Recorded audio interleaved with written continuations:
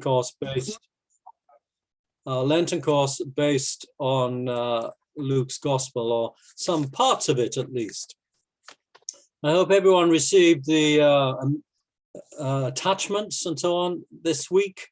There's the reading, 2 poems, and a Stanley Spencer image. They'll all come into their own in due course.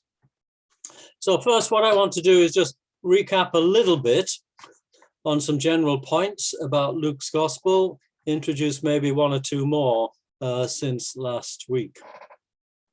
So first, just to remind us that the Gospel as a whole was written, and it's the Gospel plus the Acts of the Apostles as a single document, written at a time when the writers wanting to place Christian faith in the flow of ordinary life, historical time, if you will.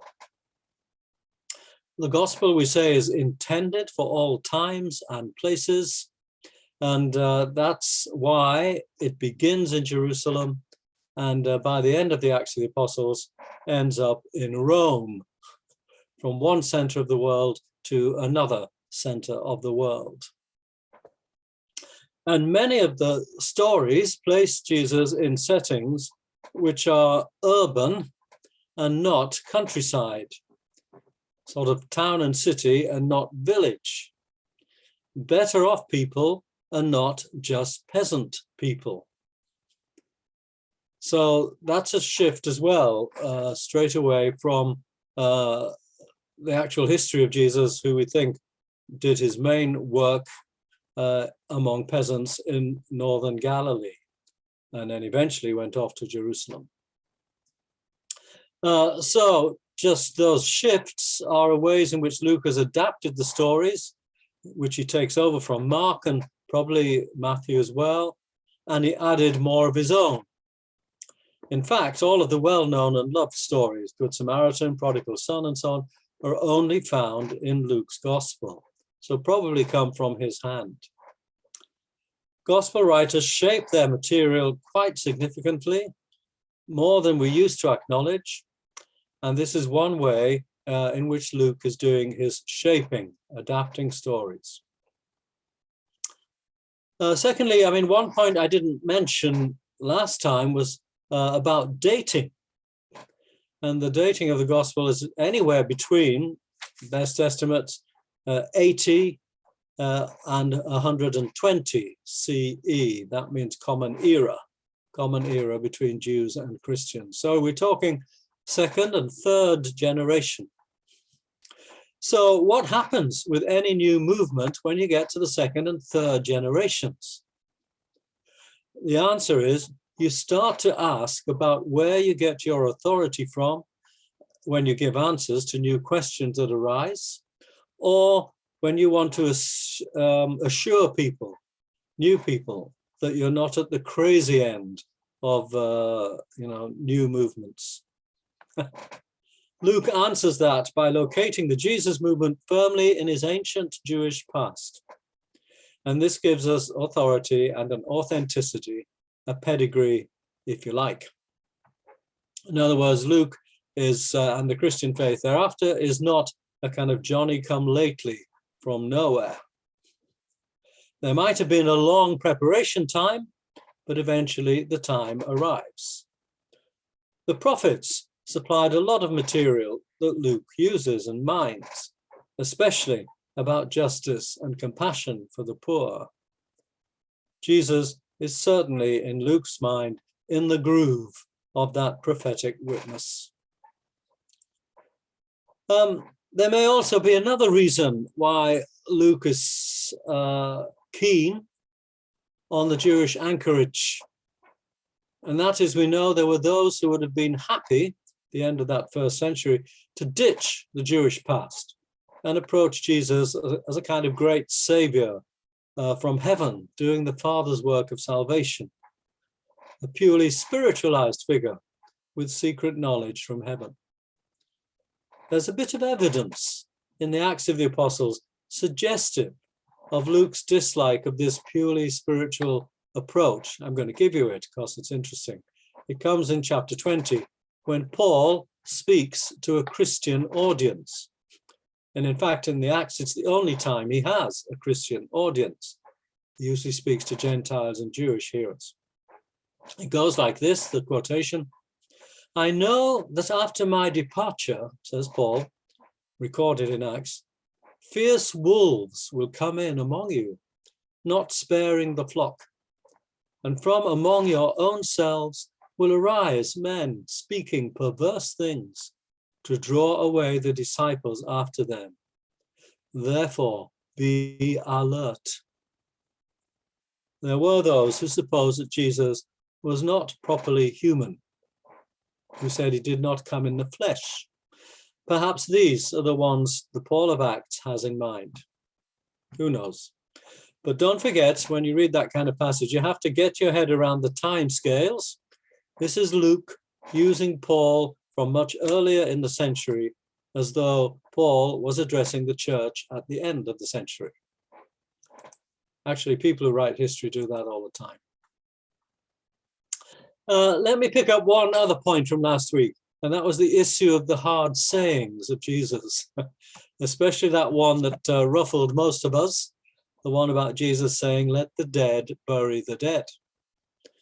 Jesus is suggesting that even hitherto fundamental requirements of decent living might have to be sacrificed for a greater cause. It's not surprising that we and people find that difficult to take. It's sort of shocking. Did Jesus really mean it? Surely not. It breaks every family rule in the book. So perhaps it's more helpful not to ask that question, did Jesus really mean it? I mean, we can't know the answers. Jesus is not here to ask anyway. But ask, what was Luke's purpose in putting it there? He put it there after that resolution in chapter 9 that Jesus set his face towards Jerusalem. I think it simply illustrates the fundamental message and mission of Jesus, and therefore the fundamental mission for his followers. The coming confrontation in Jerusalem in the name of the kingdom of God is the single purpose governing all things. In the light of it, stop living so conventionally and start imagining life unconventionally. Become, to use current terms, become woke. Approach the world with different priorities. Assume a critical perspective. With those different priorities, everything else will assume a kind of secondary significance. Even the most taken for granted family obligations, like burying the dead. Now, you will still have to bury the dead in a kingdom perspective, but make sure that that perspective is what's governing your life. I think that's the point. Anyway, there's some general points there. Brings us to the reading this week, Luke chapter 12, the passage, and Peter on the screen there is going to read it for us. Jesus said to his disciples, "Therefore I tell you..." No, not that. Sorry? Carry on. Okay. Jesus said to his disciples, "Therefore I tell you, do not worry about your life, what you will eat, or about your body, or what you will wear." Sorry. "For life is more than food, and the body more than clothing. Consider the ravens, they neither sow nor reap. They have neither storehouse nor barn, and yet God feeds them.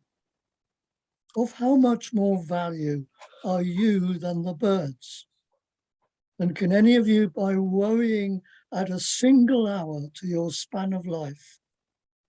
If then you are not able to do so small a thing as that, why do you worry about the rest? Consider the lilies, how they grow. They neither toil nor spin, yet I tell you, even Solomon in all his glory was not clothed like one of these. But if God so clothes the grass of the field, which is alive today and tomorrow is thrown into the oven, how much more will he clothe you, you of little faith? And do not keep striving for what you are to eat and what you are to drink, and do not keep worrying. For it is the nations of the world that strive after all these things, and your Father knows that you need them.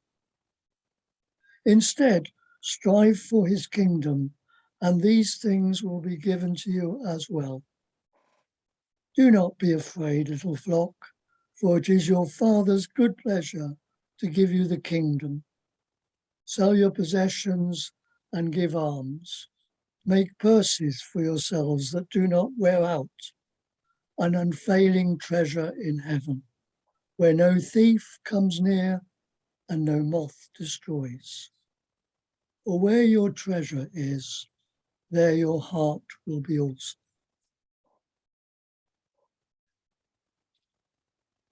Good, thank you. 1 second, I've got to get my things back. So I've, in the light of that passage, got sort of 4 words to play with, keywords this evening, and these are anxiety, kingdom, treasure, and heart. So first, anxiety. We might ask, what would be the things that made those early communities feel anxious? We could list quite a few. I've got 3. First of all, the general material circumstances of life, where the vast majority lived on the edges of daily starvation. That makes you anxious. The economic system was structured against them. Easily, 2/3 of the wealth generated went into the pockets of the wealthiest 1 to 5% of the population. Actually, in global terms today, that figure could well be not far off what's the case. We would need to look into that. Second, ordinary people had no political voice. Society was ruled by tiny few at the top, often with a single ruler dictating the terms. Again, there might be some echoes from some dictatorships today. Third, anxiety is slightly different. And that is, there's a precarious sense of a church, the end of the 1st century, which was adrift following the destruction of the temple in Jerusalem in 70 CE. And from there, people dispersed. I mean, it was a terrible destruction. People dispersed into different countries, Greece and Asia Minor, Syria, maybe a few in Egypt, some in Italy. So no visible center anymore. And the first leaders are dying off. There's no new scriptures quite yet. Nobody in charge, really. Was this a ship without a sail? So that might induce some anxiety. So just note those things. Secondly, what about the kingdom word? It's the center of Jesus' message, we know that, but precisely how to envisage what he and then we, by the kingdom, how to envisage it is really not very easy. We use the term a lot, but what does it entail? Scholars debate whether Jesus thought it was present in his own words and deeds, or if it belonged to a near future. There are various sayings that support either view. But by the time of the end of the century and the time of Luke, the kingdom was certainly, as it were, delayed in its appearance. And this was partly why the Gospels were written in the first place. Mark had said there's no option but to wait for the kingdom, but the time was very near. There will be suffering, perhaps a desperate amount of suffering to go with it. Luke said that nearness is receding. So we need to say more about what the kingdom is and how we are to enter it. And the best clue about the delay is in one of the significant verses of Luke's gospel. Mark's Jesus had said, we're to take up our cross and follow him, as a kind of single act of solidarity, adopting the suffering brought about by confrontation with the ruling powers. Well, Luke kept that verse, but he added a word, daily.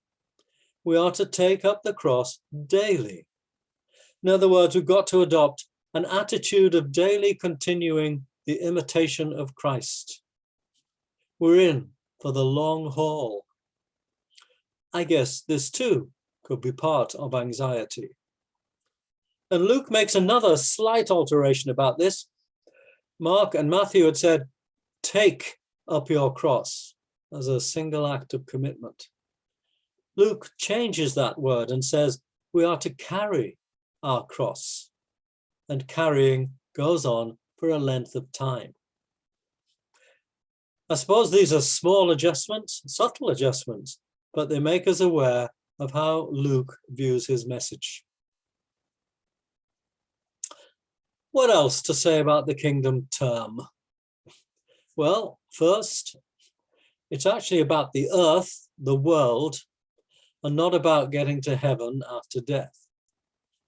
Kingdom means a transformed earth, where compassion should shape everything, where the usual assumptions about how life goes are often reversed. Thy kingdom come on earth as in heaven. Heaven's okay, it's earth that has the problem. You don't have to imagine that desperate poverty, the cheapness of human life, enslaved labor, disease, the continuous fear of death define your humanity. It takes a massive shift in the imagination to envisage something different, so massive that we can't do it all on our own. Only God can assist its coming. The kingdom is God's dream for the earth. Well, after about 2,000 years of delay, we're bound to ask these days whether the term has outlived its usefulness. Dare we ask that? Do we still think God will bring it about? And if so, will it be with or without us? Is kingdom language more a matter of keeping an ideal before us rather than something determined by God and will literally be the final goal of history? Or is it something that daily we are to try to work towards? Interestingly, there's a saying credited to Augustine, some think not, but lots of people do, which goes that we without God cannot, and God without us will not. Quite good, that. We without God cannot, God without us will not. In other words, the kingdom is a kind of partnership working. We're going to hear a bit of that from the poem now, R.S. Thomas's poem, The Kingdom, and I think Anne is going to do the rendition.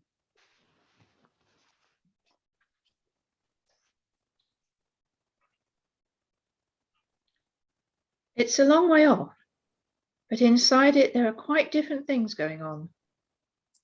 Festivals at which the poor man is king and the consumptive is healed. Mirrors in which the blind look at themselves and love looks at them back. And industry is for mending the bent bones and the minds fractured by life. It's a long way off, but to get there takes no time, and admission is free if you will purge yourself of desire and present yourself with your need only and the simple offering of your faith, green as a leaf. Thank you. Well, some of you will know that poem, no doubt, but I think it's always worth a rendition, one of the best. The kingdom, it's a long way off. That's very Lucan.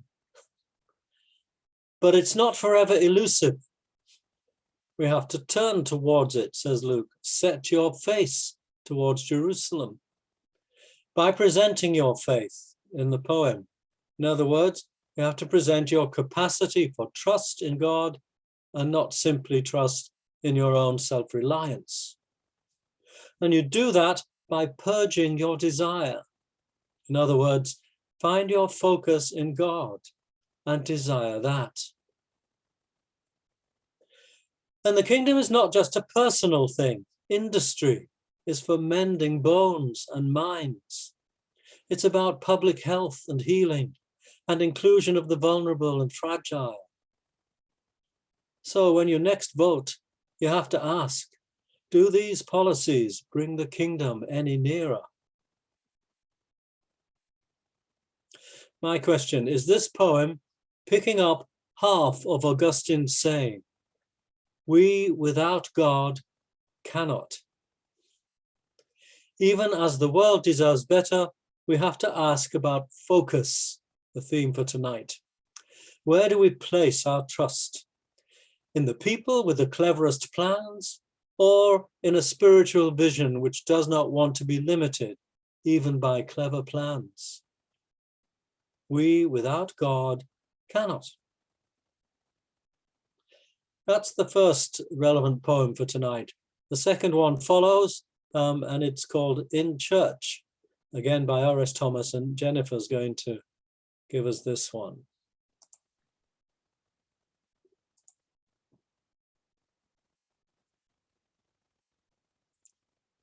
Jennifer, you have to unmute.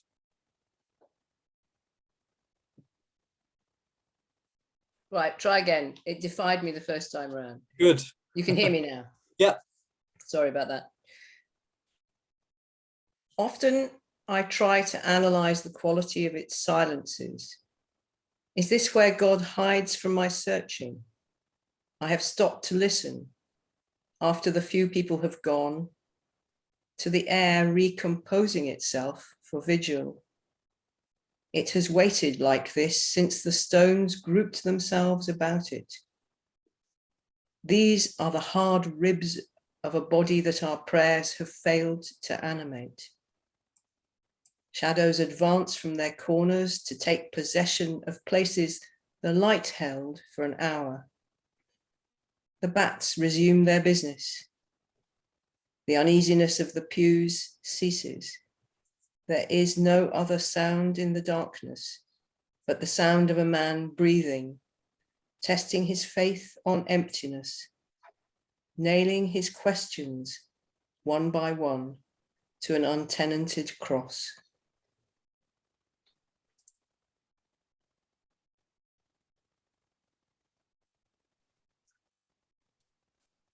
Okay, 1 second.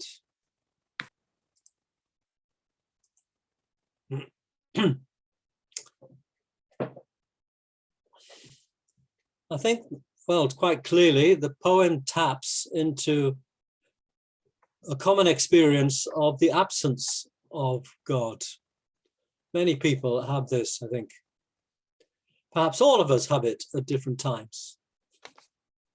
We partly have this experience because I think we can't help it, but we imagine God's action to be what I'm calling a sort of whiz-bang, overwhelming in its impressiveness and convincingness. But here, R.S. Thomas is not taken in by that view. For that reason, it's a harder poem than his first one, a harder one to ponder. We have questions, and the questions are not easily answered. We might be uplifted by an hour's liturgy on a Sunday, but then the absence returns. The empty church is in constant vigil. I find that a very moving thought. Actually, it might be an argument for not closing down churches. They have a constant vigil. But God will not be forced by our expectations of the whiz-bang. So faith is tested by this emptiness. We have only questions. What is God up to, if anything? Is the kingdom idea a fantasy or a real possibility? Is the cross, to which Thomas directs his questioning mind, the final statement that the whiz-bang miraculous way of God is really the wrong way to be thinking altogether.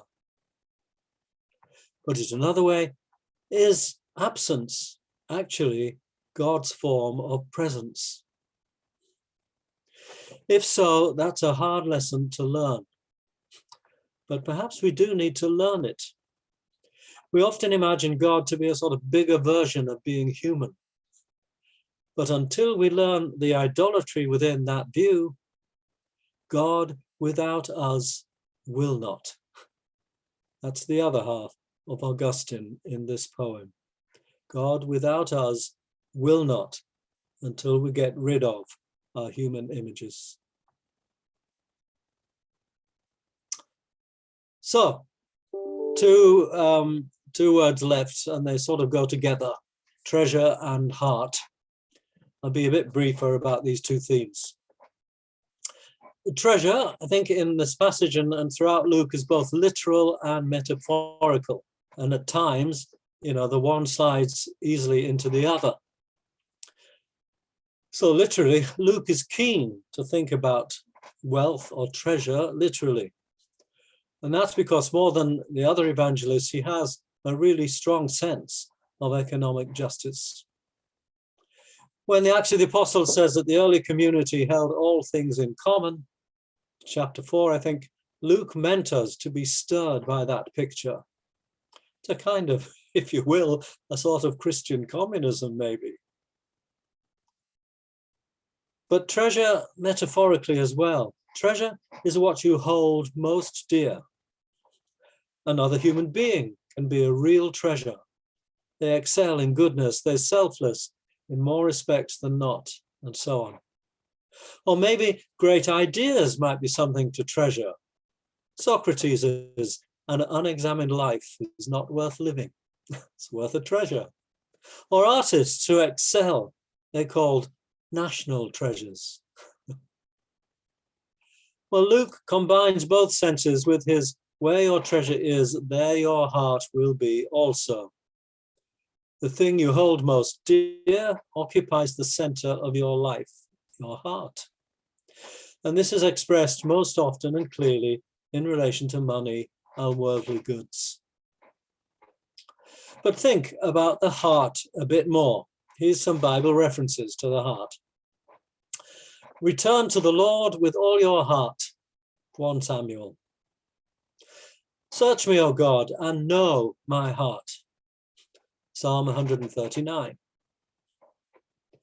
I will put my law within them, and I will write it on their hearts, Prophet Jeremiah. God searches the heart, Paul to the Romans. And then where your treasure is, your heart will be also. And there's many, many more. The heart is an image for the self at its deepest level, deeper than our intellect, our emotion, and our will. It's the spiritual center of the total self, but it still affects our thoughts and our feelings and how we view things.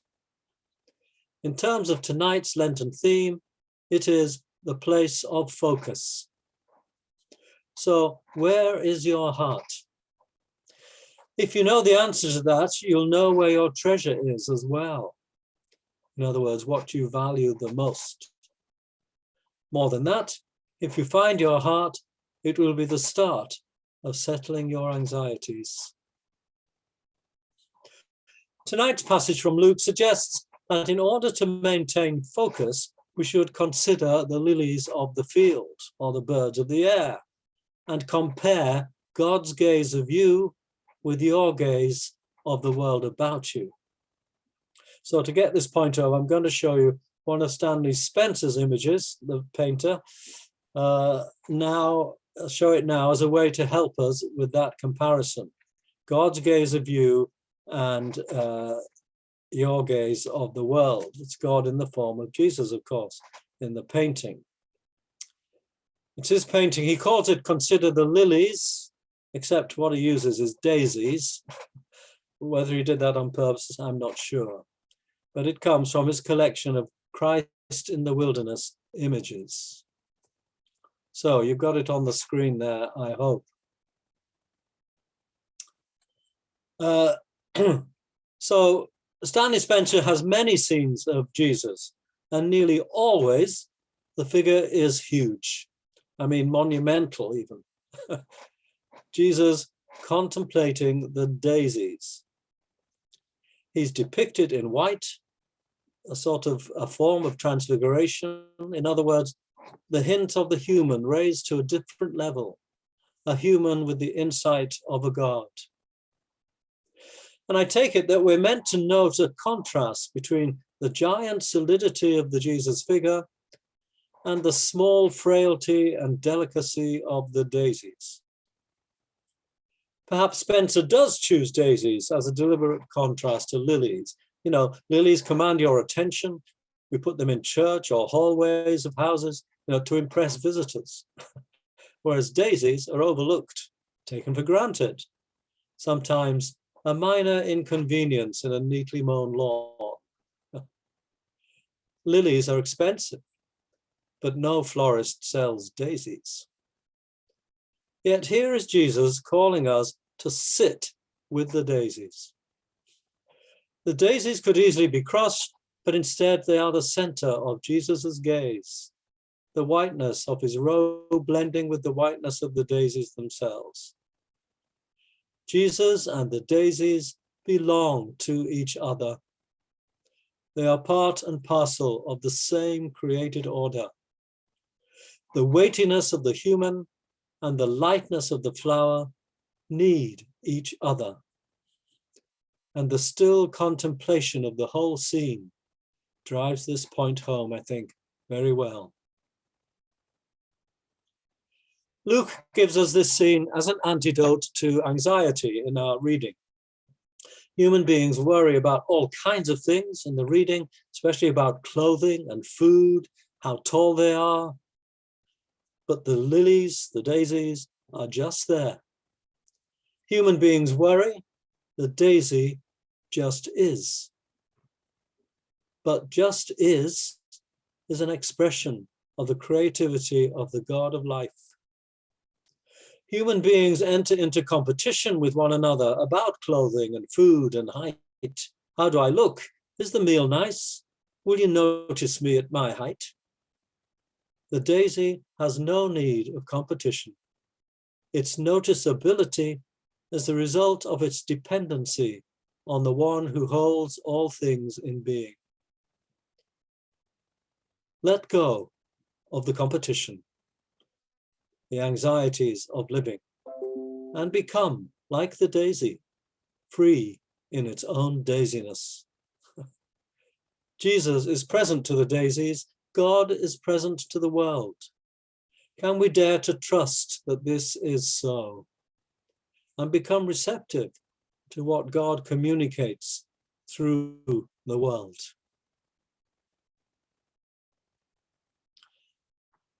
So I guess finally the question is, what am I looking at in life? Or better, where am I looking? What's the source of my nourishment? What is my treasure and where is my heart? How do I keep my focus in the midst of demands and anxieties? That's what we got for tonight. Take a couple of minutes and just look a bit more on Stanley Spencer.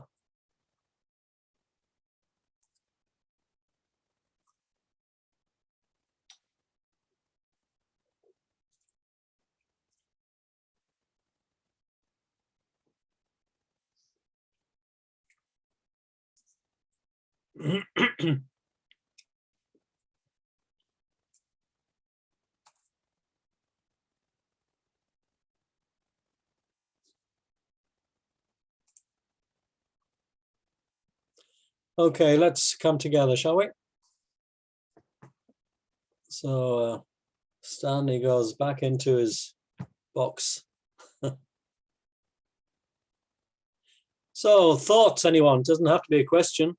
It could be your own reflection on the humongous Christ.